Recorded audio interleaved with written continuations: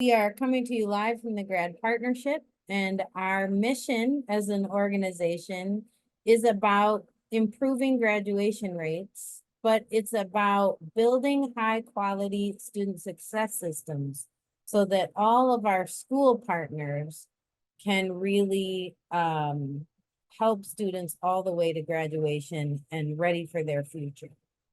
The Grad Partnership is a consortium of 9 organizations. And among these organizations, we have decades of experience supporting schools, districts, state boards of education on continuous improvement approaches, early warning systems. And we formed this coalition because of a desire to move to next generation approaches to student success and to really collaborate with each other to see it expand nationally. This community of practice has 2 main objectives. One is about increasing awareness of and helping people plan action for building effective student success systems, and then also to connect us with each other so that we know that we're not the only folks working on it and there are people out there who we can reach out to. You are going to be guided through this experience today by myself, Sarah Howard, and my colleague, Chris Payne, both from the Network for College Success. Chris is our executive director, and I'm our director of professional learning. We would ask that you, in order to build community, that you both update your Zoom name to make sure that it says your name using those 3 dots in the upper right-hand corner. And include the organization you're from in your name. But we'd also love to see you just drop that in the chat so that folks can see who's in the room today with each other.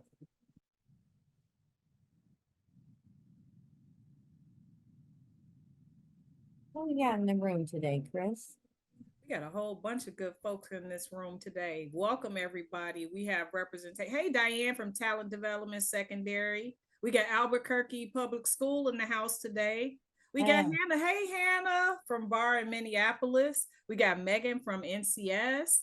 Oh, they're coming in fast now. Oh my gosh, my eyes. Hey, Corey from Deliver Ed in DC, and Shanitra Stokes Dees from Alabama State Department of Education. We're coming from all over the place. We even got Robert. Our friend Robert is from California, from San Diego. Shanitra, I'm visiting Alabama. I'm in your state today. Wonderful, wonderful. Super exciting. We are grateful to see people here all the way from both coasts, in the middle, north to south. Looks like we have a great variety of folks joining us today. We're very excited about that. All right, so you're gonna see in the chat a link to our activity guide.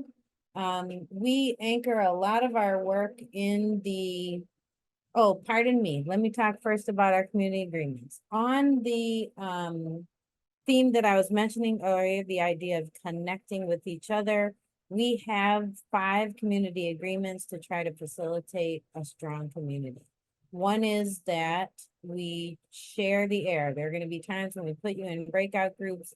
We want to make sure you get to hear from everybody in the room.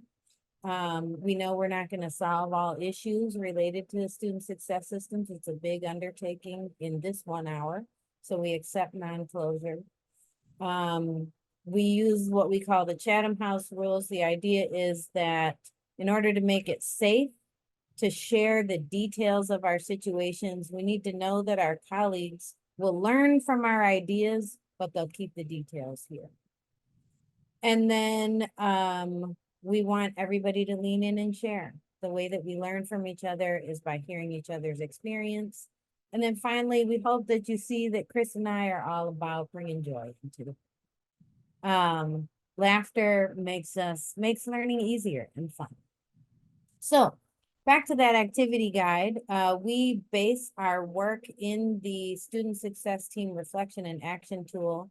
You'll see in this activity guide that we have a link to that for future reference if you want to use that tool to assess how things are going in a team at your particular school or district.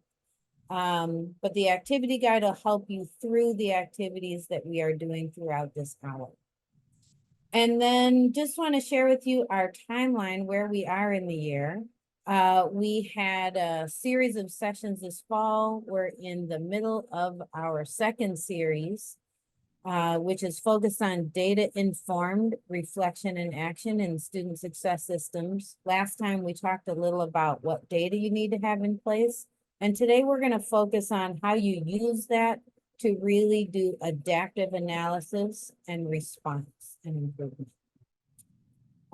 So with that, I am going to hand it over to Chris to take us into the content. Hey everybody, good morning.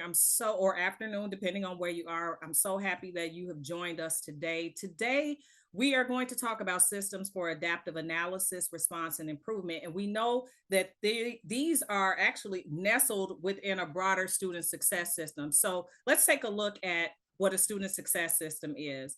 As you can see, the student success system is comprised of these four components.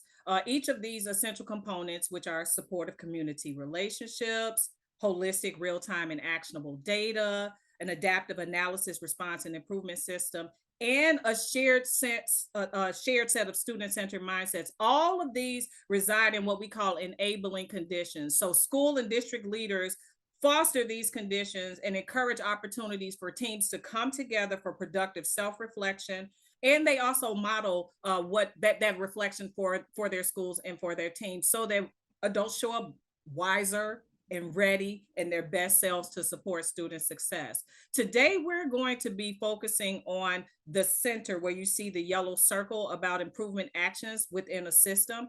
But before we do, let's do a quick recap of our last session. So the last time we met, we were seated in element 2, which was last month, and that is around holistic real-time actionable data. We say holistic data because we're not only looking at academic data, we are also looking at well-being and student and school connectedness data, right? It's real-time because we're looking at what's happening now to, for, and with students. And then it's actionable data, meaning that our success teams are coming together and they're looking at this data and taking meaningful action that will support the needs of the students that they serve. And so that doesn't exist in a vacuum. Actually, this holistic real-time actionable data fuels what we're going to talk about today, which is element 3, which is our analysis, response, and improvement system. Before I go on, I will note that you do have this in your activity guide, and I really encourage you to mark it up, take a lot of notes, because this hour is going to fly by fast, and you want to capture everything that you possibly can. So let's talk a little bit about what do we mean when we at the Grad Partnership say an adaptive analysis, response, and improvement system. The first thing is it's about progress monitoring. And it's not just progress monitoring the academic predictive indicators, but also looking at such things as belonging, school connectedness, using student voice data to understand what the patterns are, what the trends are that can inform the success team's action. And then again, we're using both quantitative and qualitative data to understand what are the barriers to student success so that we are not planning actions in a vacuum. And then we come together as a success team and we develop strategic and effective actions that will respond to the expressed needs that are coming from the data that the students need from us, right? So as we do that, it is also important to evaluate the impact of whatever it is we're doing, whether it's a new supportive structure, whether it's some action one-on-one with students. We need to evaluate the impact it is having on students' experiences and their academic success. And then lastly, we take the time to modify or change our actions as adults as the data is indicating we need to.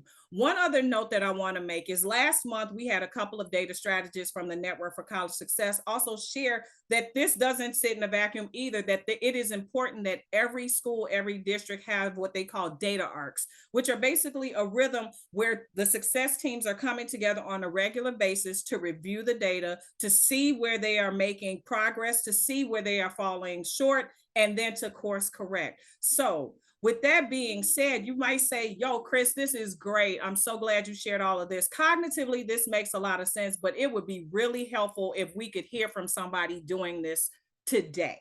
And so we have invited our friend Noel. Noel Crum serves as the assistant superintendent of the Johnson County Schools in Paintsville, Kentucky. Yes, Paintsville, Kentucky is in the house. And prior to that role, Noel served as the principal of Johnson Central High School in Paintsville. So he's here with us today to share his improvement story about how they use the system to change the experiences and outcomes for a number of their young people. Now, you do have his bio in your activity guide, so you can read that soon. And please make sure you reach out to him. He loves to interact with folks. He's very outgoing in that way. And while we're listening to his story, there are two things I'm asking you to do. One, pay attention to the leadership moves Noel is making, or has made in this work to improve experiences and outcomes for young people. And then number two, think about what actions that we just talked about. I just shared in element 3. What actions are you hearing in his story? Why are you jotting this down? We don't do anything in here by happenstance. You're jotting that down because a little bit later, you're going to talk with some friends about what came up for you. All right. So that we can share our learning. And so without further delay, I want to introduce the psalm and present to others Noel Crum. Thank you so much, Crystal. I'll get started here. Just give you a little background about Johnson Central High School. We are located in very rural eastern Kentucky in the Appalachian mountain region. It's a very isolated area overall. Not a very high population in most of the counties in this area. Our school, though, is a relatively large school for the state of Kentucky. We have currently around 950 students. We usually range between 950 and 1,000 students at our school. We are in a very economically distressed area. Our free reduced rate is showing 60.7%. Of course, there are some families that don't fill out the information. We feel like that's probably more 70% or so in our area right now.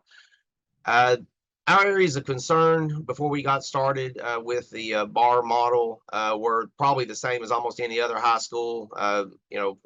Very high freshman course failure rate, minimal activity, student co-curricular and extracurricular activity, of course, absenteeism, and graduation rate being one of the big things that we wanted to see all of our students graduate high school. And on the next slide, I'd like to get into kind of what we did. We were very fortunate. I had the great opportunity to meet Angie Jarabek, who founded the BAR model, at a meeting in our area. And when I was introduced to this model, it gave us the opportunity as a leadership staff. We knew that we were faced with a situation that we needed to make a shift into more student engagement and to try to find ways to get better connectedness among our staff and our students, and to try to catch students when they start high school, because all the indicators show that if you don't start high school on a good note, it makes it much more difficult for you to graduate. So when we were introduced to the BAR model, I knew that this would, or in my mind, I definitely felt like this would be the answer, because it was built on two pillars that I feel like were critical for student success. And as you can see here, those show as relationships and data. If you look at the acronym of BAR, I like to refer to it based off of that. So the BA in BAR is building assets, and the RR is reducing risks. So when I looked at those components, and we had participated in a 20 years prior to that, we had worked on a smaller learning community situation where we did have like a freshman academy approach, but we really only focused more on the data component, and we really didn't have down this relationship side. And I think, as we all know today, nothing's going to be successful if you don't focus on those relationships for students. So this model gave us the opportunity to sit down and look at ways that we could try to help our students. So that year one, back in 2016, we participated in a replication study, and this gave us a real firsthand experience to see whether this program would work. And they took our freshman class, and divided it into 2 teams. And this whole model is based off of allowing teachers the opportunity to team together, meet weekly, and try to work through situations to help students. Our students were randomly assigned to these teams, and there was post testing conducted using MAP testing, and we also looked at course failure rates. So it was pretty fascinating, because the other thing I love about this model is that this is not a curriculum model. So in other words, you're not being given some curriculum that you got to change how your teachers teach. This model is entirely predicated on these relationships with students and collecting this data. Teachers continue to teach the exact way they did before. So within our 2 teams that year, and we weren't allowed to even publicize what was going on, the classes were the same, the content was the same being taught in each of the teams.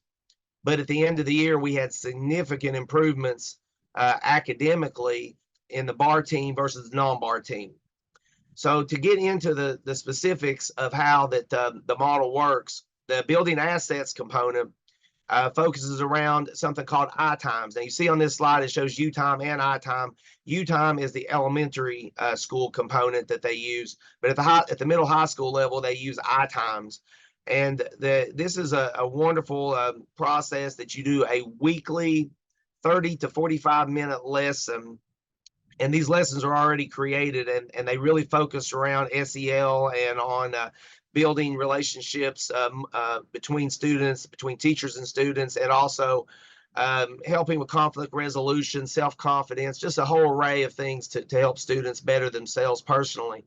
And the great thing about this is as you team your teachers, like in our school, for instance, we do our teaming on English, science, and social studies. Now you can choose math, but in our school, as I know in a lot of schools, we have a lot of different math levels. Some students in middle school take Algebra 1, Algebra 2, geometry, those types of things. So we do our teaming based off of the other 3 core content areas. And so this will rotate weekly. So one week the English teacher will do the I time lessons, next week the science, next week social studies, and they just rotate throughout the year. So you're only asking teachers to give up 30 to 45 minutes of instruction once every 3 weeks. So it's a very minimal interruption to the academic flow, but the benefits of this are tremendous. And at the bottom of this slide, you'll also see that we had a connection to our 32 career pathways at Johnson Central. And on this next slide, you'll be able to see those pathways. Now, this is something unique just to Johnson Central that is not, indicative of every bar school, but we also at this same time, through our leadership, made a change over the past, really it's been over the past 20 years, to try to provide a lot more opportunities for students to be able to explore their future and to figure out what it is they want to do with their lives. So we have a whole array of majors that we have students go in, and they can take 4 classes is what we ask them to do in a particular area. And I'll not go into all these, but you can see, and you can ask me later if you'd like for me to go into more detail about how that model works. On our next slide, we will move into the reducing risk component of BAR, and that's the data component. In a lot of schools I know use data and try to work through ways to try to evaluate where their students are. What BAR does that I think even elevates that to a much higher level is that it tiers this into 3 levels. So you have risk levels assigned to your students, your teachers, and how we team at our school. And if you do join BAR, it's an opportunity that they will work with your administrative staff and give you the opportunity to figure out how to make it work best for your school environment. But in our school, we team those teachers, and they have a common planning period that they meet once a week, and they do a small block meeting. Now, sometimes we'll even combine the small block and the big block that you see here, but basically within your school, you have a BAR coordinator. So for us, that's an assistant principal that works with the freshmen within our school. And then that teacher team, they will meet. And like I said, at times you'll bring the counselors or other people in, depending on the risk levels you're going to talk about with the students. What's great about this is there'll be data tracking. So those students, when you team them, those teachers, they're all going to see those students at some point in time. So it's not like middle school teaming where the same group of students travel all day together. The students still have intermingled schedules, but sometime over the course of that day, the teachers on that team will have a chance to be with those students, and they will report weekly. And let's say, for instance, Johnny fails a test in science. The science teacher will come to the meeting and go, hey, Johnny failed my test yesterday, and then they can bring that up and track the data. And then the other teachers will be able to say, oh, you know what, he did poorly in my class as well. Then they can break down to see, what level, how they want to assess this. So in the beginning, level 1, just that teacher may pull Johnny after class and talk to him for a few minutes and maybe see if there's something, going on, or maybe it was just, something that happened that day. But if they do deem that there's a greater risk level, maybe something bad going on at home, it'll get referred on. Counselors may get involved at level 2. And then if it's something that becomes more severe, you may have to bring in, community partners, social services, things like that at level 3 to try to help make sure that you meet the needs of every student. The beauty of this model and what it does is, in combining these things, it does not allow kids to slip through the cracks. And that's the thing that we saw before, is because if you get behind as a freshman, it makes it much more difficult for you to graduate. So for us, getting the opportunity to do this has really shaped a lot of things for us. And as we move to the next slide here, I'll single back around, just hit on some of our impacts that we had. The great things for us, student involvement. Now, we track our extracurricular involvement because we realize that freshmen were not really getting involved in school. And there's a lot of data out there that shows that the more involved you are in co-curricular and extracurricular activities, the better you're going to do in school. So we do track that. This year, for instance, the last data I saw, by Christmas break, we already had over 70% of our freshman class all involved in extracurricular, co-curricular activities, which 10 years ago would never have been the case. Our absenteeism, chronic absenteeism, dropped in the freshman class from an 18% decrease over that 5-year period of time. Our graduation rate, that's a really big one for us. We really worked on getting those kids on the right foot so that they stay on pace to graduate. And we raised that. This past year was 98%. We have consistently stayed at 95% or higher since being involved with the BAR model. And the one I really want to focus on most, because I do believe this is the most important piece of data, is that course failure rate. I think that if your students are passing their freshman year, their classes, the likelihood of them staying in school and graduating, I think that's the reason the graduation rate is as high as it is. It's because of that last bullet.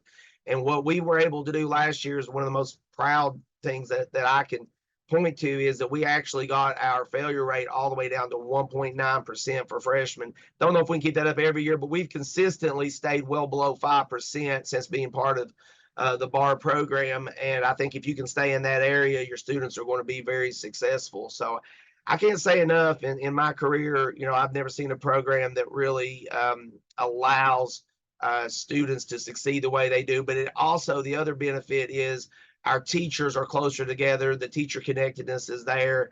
And, when I started in administration years and years ago, no teacher wanted to teach freshmen. What we found in the last few years, we have teachers in upper grades that are requesting to come down and teach freshmen because they like this model. They like the camaraderie and the relationships that are being built. So that's pretty much it in a nutshell.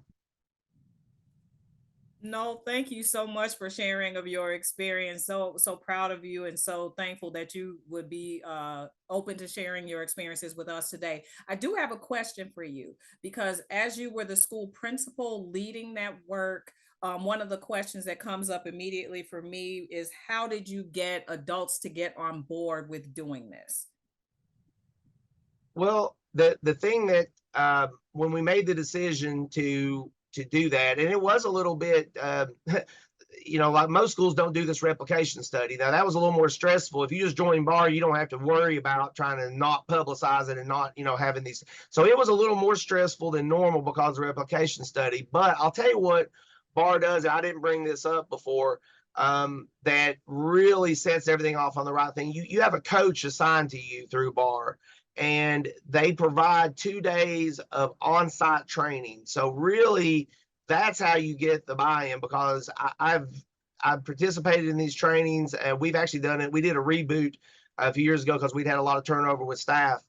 That 2-day training focuses on bonding those teachers and making them understand the significance and the importance of building relationships with students. And it is such a powerful 2-day training that lots of times your teachers will be in tears of joy. I mean, excitement, just the connectedness, I mean, honestly, once you do the 2-day training there, for us, it required zero buy-in. Everyone was 100% on board, and it just sets the tempo. I'm glad you brought that up though, because the coach, then you do have weekly coaches meetings where they contact the bar coordinator. So you're always able to have a voice and be able to ask questions and stay involved. But yeah, that was a really big key in us being able to do this. Thanks for sharing that, Noel. I have a follow-up question. So looking back on this, hindsight is 2020. What is, as a school leader, because we have a lot of school leaders that join the community of practice, what is something that if you could have done it differently, you would, to support student success? I wouldn't change anything about how we've worked through the bar model. I think that probably what I would have done, two things. One, I think I would have focused. We've increased that focus on the extracurricular components and trying to track that more in the last couple of years. We didn't do that as much a few years ago. I wish we'd started that sooner, because I do think that is really good for kids emotionally to be involved in things. I think that would be something that I would do. But the other thing probably I would have done, the bar model was so successful with freshmen. Obviously, when you try to team teachers, it's difficult to do the farther you get up into high school because of all the electives and things that students are taking. So, but a lot of bar schools had made the move to try to scale up to the sophomore year. It's a little more complicated, but you could do it. We made that move last year. It's gone extremely well. Now we had to modify. Like I said, everything is about looking at your school. There is, no one's going to come in with a hammer and say you have to do it this exact way. You work with your coach and you figure out how to implement this in your school best. But as a school, we sat down and looked at what can we take the best components of our raw model within the freshman grades. How could we scale this up to the sophomore year? Now we did that. We're in year one right now of that, and we're having great success. Matter of fact, we've got a teacher group getting ready to go to the Bar National Conference to present about this scale up. I wish we'd done the scale up 5-6 years ago, because I think it's been very valuable for our sophomores. Thank you so much, Noel, for Thank you. sharing that. And so I'm looking at the time. What we will do now is, why don't we do this? Why don't we take a few minutes? We're going to spend about 13 minutes. We're going to go into some trio breakouts. And what I want you to reflect on, community, is what leadership moves you heard that you might want to take back to your space. And then what actions in element 3 of our student success systems did you hear come out in Noel's leadership and improvement story? We're going to go into those breakouts for about 13 minutes. And then we come back. Please come back prepared to drop in the chat. As you know, we do. We are big on waterfall chats in this mug. So be prepared to come back and drop in the chat some of your learning. And if we have a little more time, we may open up for a little Q&A as well at that time. All right. Are we ready? Set, go. See you later. Welcome back. Welcome back. As the rooms are closing, welcome back. Wonderful, wonderful. All righty. Hope you had an exciting time in your breakout groups. I see some people coming back with smiles on their faces. That's always a good thing.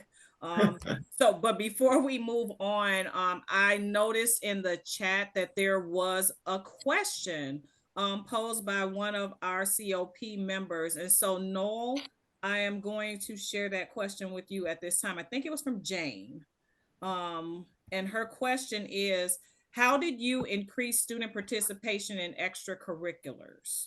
And did you add more options to suit more students? Yeah, that's a great question. Yes, we actually did. One of the things we do at our school, as I said before, we have a lot of different career pathways. So one of the ways we address this is to make sure that we offer the partnering student organizations for every pathway that's out there. So for instance, like we have a greenhouse and stuff. So for agriculture programs, we have an FFA chapter. Business programs, we have an FBLA chapter. We have like a welding program. They have like Skills USA. So we try to make sure we have partnering. The health occupation is our biggest area because of that's where most of the jobs in our area are. So we have a HOSA chapter. So you do those to help kids get involved in career related extracurriculars. But then we also try to do a club day. And what we did was we took suggestions from students and then asked teachers who weren't sponsoring other student organizations to try to pick up those. So we even do some type of gaming clubs. There's some hunting and fishing type clubs, different things like that, just to appeal to different students' interests. And that has really worked well for us. Thanks, Noel. I think we have time for one more question. Does anyone have a question they would like to ask Noel? I think we have time for one more. If you can unmute and ask.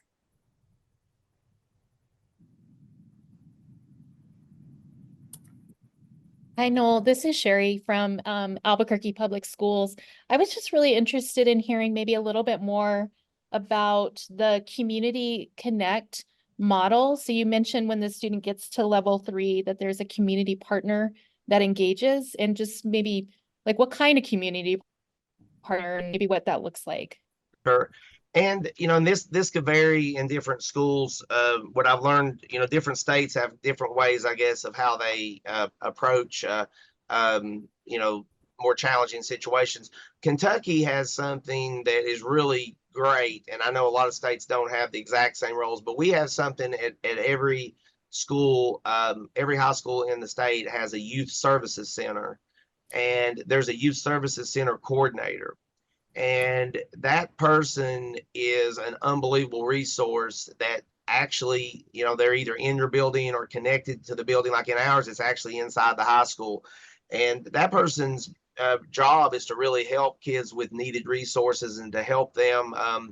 It has no academic role whatsoever. This is all about personal self and helping them. So like, they do things as basic as if a kid needs more food at home or clothing or coats, things like that. They do those things, but they also help connect and bring in families to try to do meetings and try to help them with any needed resources they have. So the first step there on the Community Connect is to bring in that, because that's a person that's in our building, and that honestly takes care of probably 90% of the issues that are out there.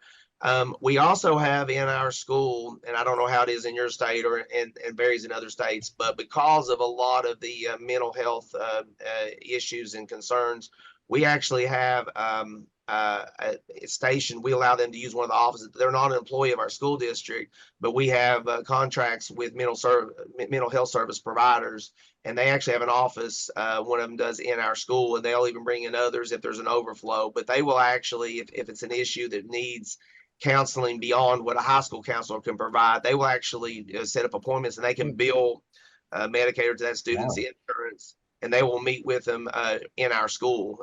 But we also can set up out of school appointments, and if it's really bad, there's regionally there's some places you can there's inpatient type settings that if we had to send a student to get more intensive therapy or something like that, that makes something traumatic that's happened. But yeah, that's kind of the flow. I mean, if it's criminal, obviously you'd have to bring in the sheriff's department or something like that. But yeah, most of it's the youth services center. Great question though. Thank you. Thanks, Noel, and thanks, Sherry, for your question. Love Albuquerque. They have the best. All right, They have some of the friends. best coffee. Yeah. Listen, don't get Chris started about coffee. So thank you so much for being with us today. We want to do a few closing moves before we end our time together. And the first one is the most important. We want you to take a second and think about, based on your learning from Noel today, your conversations with your colleagues in your breakouts, what's one main takeaway, or we hope a possible next step that you are considering? And would you please drop those in the chat? Let's see what folks are thinking they're going to do after learning here today, or a big idea.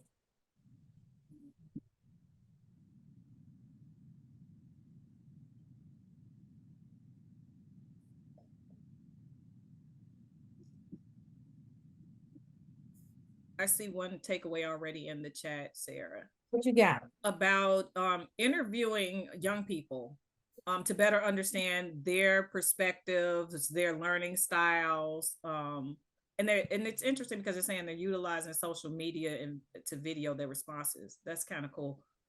Yeah, it's super important to hear from young people about their experience. Yeah, student Okay. connectedness is super important, is also in there. Yes, yes.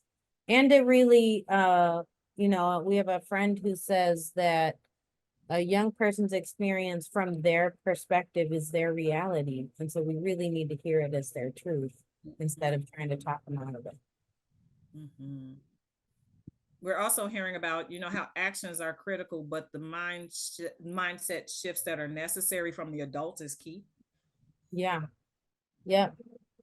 And we've seen that, I love that takeaway. We've seen that getting in the work of trying to be responsive to young people often drives that mindset change. Mhm, mhm, mhm. Another These are person. some great takeaways. Go ahead, Chris. Oh yeah, I got one more for the road, Sarah. You know, was one person noted like really having that release time for teachers in order for them to really take this work up authentically is important. Yes, absolutely, absolutely. Mhm. Well, these are really powerful. It seems like we had a great hour together. A few other things you'll notice in the activity guide that we have linked the brief from the grad partnership website about adaptive response and intervention systems. And we have a few considerations that we want to share as we close from that brief and from our self-assessment, team self-assessment tool. And just a couple that I'll note that it's really important to accept that as we change our practice, it may mean letting go of some old habits and practices. We can't always be in the practice of adding without taking some time to figure out what we've got to stop doing to make room for the new practice. And a question that you might have your team ask itself is, what's our process for regularly communicating our work with the larger school community? So it isn't just happening in a bubble among the group of people who are meeting regularly, but it has an influence on what's happening in the school at large. We'll be sharing these slides with you so that you can look at this or the brief more closely, but wanted to invite our friend Bob Balfance from the Everyone Graduate Center to see if he has one more that we should really be keeping in mind. Thank you, Sarah. And yeah, just to build on everything we did today, just really two. One is that first one there is that, you know, as important as it is to try, you know, to get to know, we have to get to know every kid as an individual and pull all the pieces together. We also have to look at the patterns and trends and to see like where could we help groups of students or where groups of kids have similar challenges. And a great example we heard today is that, you know, they found that, you know, initially a lot of the kids in the school in Johnson weren't involved in extracurriculars, which is a key part of student connection. That was a pattern and a trend they observed. It wasn't a kid by kid deduction. And then from that, they were able to then get a strategy to how do we increase it.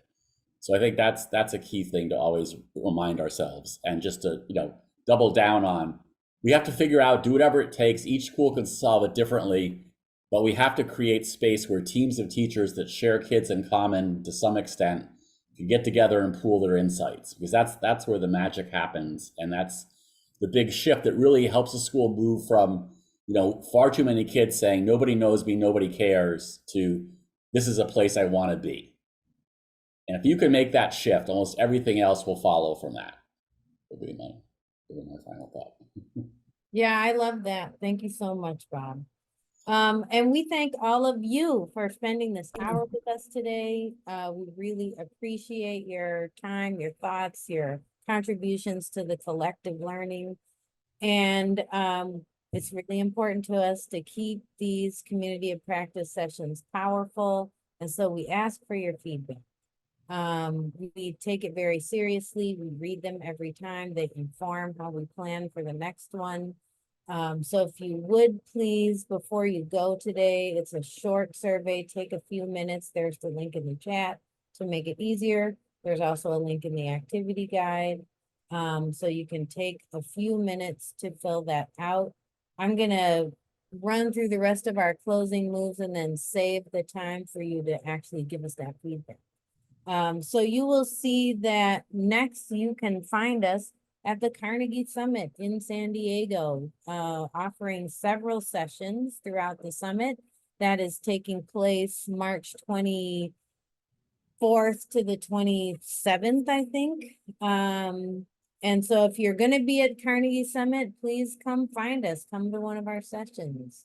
Looking forward, we are, on our website, you can subscribe to our newsletter, or you can check us out on Twitter. And we will be in touch with future dates for the community of practice soon.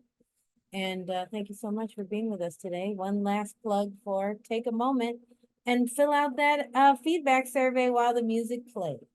Thank you very much. Thanks for coming, everybody.